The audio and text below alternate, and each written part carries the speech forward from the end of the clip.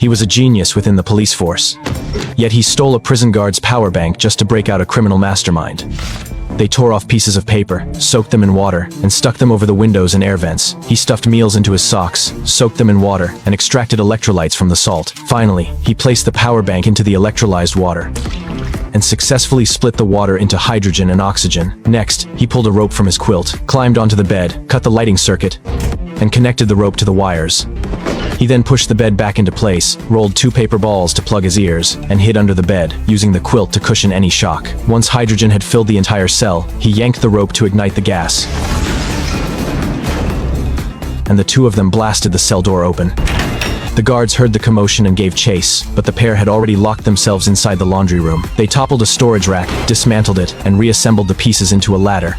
Then they took a bedsheet, tied it to a fire hydrant, and rolled over a trash bin. They filled the bin with carbon dioxide from a fire extinguisher and finally poured alcohol into it, concocting a cooling agent right there on the spot.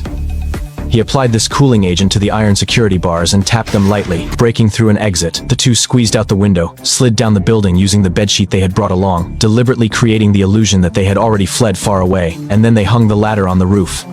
By the time the guards burst into the laundry room, the pair had already scaled the roof, successfully escaped the prison, and vanished into the woods. Unfortunately, the criminal had called for backup in advance. They knocked him out cold with a single blow.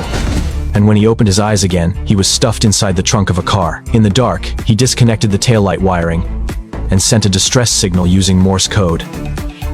But the surveillance feed was so clogged with dense traffic that headquarters had no way to pinpoint his location. The criminal took him to a hideout and tried to force the truth out of him. Though nitrogen is non-toxic, inhaling too much still leads to suffocation from lack of oxygen. He kicked over the nitrogen tank, blowing off its valve and instantly knocking several enemies to the ground. The criminal mastermind drew his pistol, but luckily his partner arrived just in time. He was successfully rescued, and the entire criminal hideout was wiped